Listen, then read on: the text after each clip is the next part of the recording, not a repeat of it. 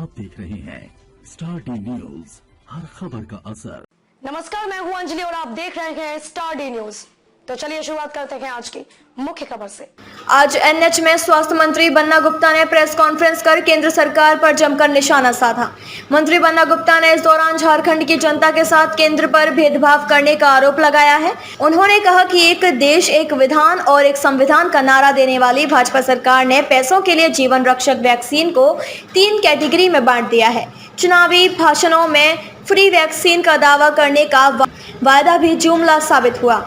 मंत्री श्री बन्ना गुप्ता ने कहा कि कोविड-19 का यह दूसरा चक्र पहले चक्र के मुकाबले बेहद घातक है। इस चक्र के रोकथाम और इलाज का अभी एकमात्र विकल्प वैक्सीनेशन ही है। उन्होंने बताया कि मोदी जी ने 1 मई से 18 साल से 44 साल के लोगों को वैक्सीन लगाने की घोषणा तो कर दी है, लेकिन वैक्सीन के वितरण में राजनीति कर रही है। स्वास्थ्य मंत्री बन्ना गुप्ता ने कहा कि 2020-21 के बजट में केंद्रीय वित्त मंत्री श्रीमती सीतारमन ने देश में वैक्सीन के लिए 35,000 करोड़ की राशि का प्रावधान किया है। तो क्या कारण है कि अब 18 साल से ऊपर के लोगों के वैक्सीन देने के लिए राज्य सरकार से रुपए मांग रही है?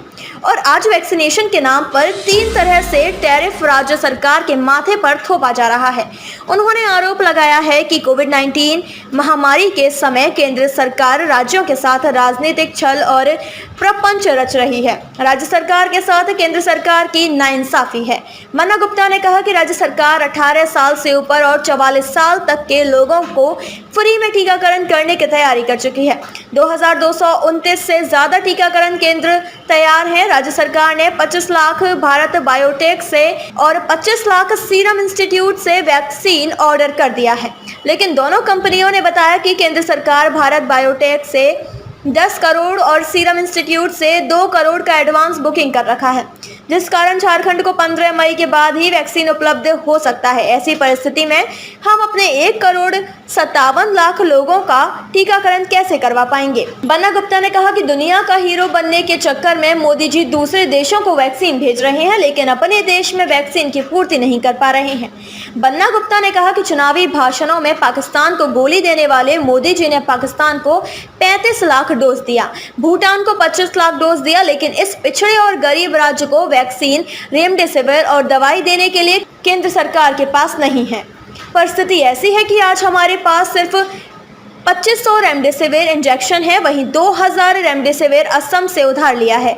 उन्होंने कहा कि प्रतिदिन हमें 4 लाख रेमडेसिविर की आवश्यकता है, जबकि पिछले 10 दिनों में महज 20,000 रेमडेसिविर झारखंड को अलाउड हुआ है, जो झारखंड के साथ नाइंसाफी है। बन्ना गुप्ता ने कहा कि जियो और जीने दो के सिद्धांत को मानते हुए हमने भाजपा शासित राज्यों के अलावे देश के कई राज्यों को ऑक्सीजन दे रहे हैं, तो हम भी अन्य राज्यों से अपील करेंगे कि वह झारखंडियों की ज़रूरत का ख्याल रखें और उनके स्वास्थ्य और सेहत का ख्याल रखें। उन्होंने कहा कि राज्य में सरप्लस ऑक्सीजन है, इसलिए राजधर्म निभाते हुए हम दूसरे राज्यों को ऑक्सीजन देकर मानवीय मूल्यों और संवेदनशील हृदय के साथ सहयोग कर रहे हैं, जबकि ठीक उल्टा केंद्र सरकार राज्यों के ऊपर वैक्सीन का बोझ थोप रही है।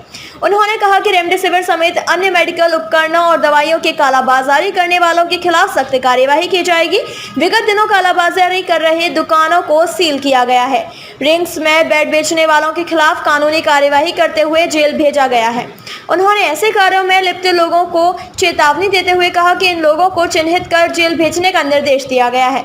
स्वास्थ्य मंत्री श्री बन्ना गुप्ता ने कहा कि हमें राज्य की जनता की फिक्र है, इसलिए हम केंद्रीय स्वास्थ्य मंत्री डॉक्टर हर्षवर्धन जी से अनुरोध करते हैं कि जल्द से जल्द हमें वैक्सीन उपलब्ध कराएं। बदले में हम पैसा भुगतान करने के लिए तैयार हैं, क्योंकि हमारी प्राथमिकता हमारे राज्य के लोगों की जान बचाना है। पाकिस्तान को 1000 गाली देते हैं, लेकिन 45 लाख डोज आपने पाकिस्तान को दे दिया। आपने भूटान को 25 लाख डोज दे दिया। आपने देश का गरीबों का राजस्व का लाखों करोड़ रुपया दे दिया, लेकिन गरीब इस ट्राइबल स्टेट, हमारा बैकवर्ड स्टेट, पिछड़ा स्टेट के लोगों को आप वैक्सीनेशन देने के लिए, रेमडेसिविर देने के लिए, हमारा जो है और दवाइयाँ देने के लिए और संसाधन देने के लिए आपके पास नहीं है। कहाँ गया है 20 लाख करोड़ रुपया? अभी आप जानते हैं 8 करोड़ कुछ लाख रुपया भी भेजा गया है। आप बताइए कि 8 करोड़ 40 या 50 लाख के आसपास भेजा गया। आप बताइए कि क्या ये हम लोगों की गाल पे तमाचा नहीं है? क्या ये ऊंट के मुंह में जीरा नहीं है? अभी आज से 2 दिन पहले जो है 8 करोड़ कुछ लाख रुपया भेजा गया है। खबरों में अब तक के लिए बस इतना ही। मिलते हैं फिर किसी खास खबर के साथ। तब तक के लिए नमस्कार।